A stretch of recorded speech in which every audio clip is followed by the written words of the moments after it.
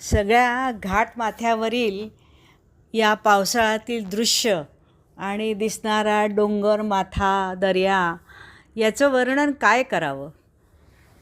तर आता आज मी तुम्हाला कोल्हापूरहून घेऊन जाणार आहे अंबोली घाटातून गोवा रोडकडे बरं का. अंबोली घाट, अरे क्या बात आहे. अंबोली घाट कोणाला माहिती नाही असं दृश्य मिळणं किंवा ऐकलेलं नसणं हे कठीणच आहे नाही का. कारण तो इतका सुंदर आहे आणि अजून पावसाला सुरुवात झाली आहे तोपर्यंतच तिथं एवढी तुफान गर्दी झालेली आहे ना की काय विचारायची सोय नाही.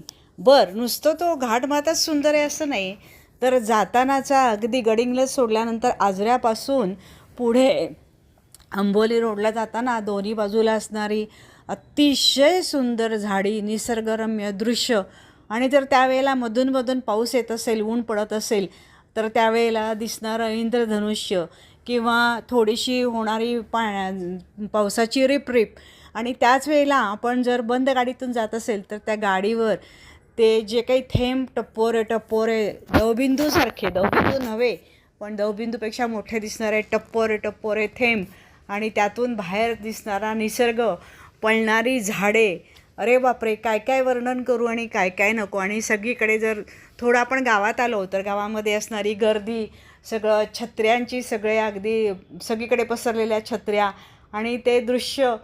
आणि आंबोली घाटामध्ये आपण थोडं पुढं गेलो की मग तिथे तर काय, अजून घाट सुरू होत नाही तोपर्यंत लगेचच धुकं चालू होतं. आणि धुकं म्हणजे केवढं धुकं अक्षरशः आपल्याला पुढे 10-20 पावलावरचं सुद्धा दिसत नाही.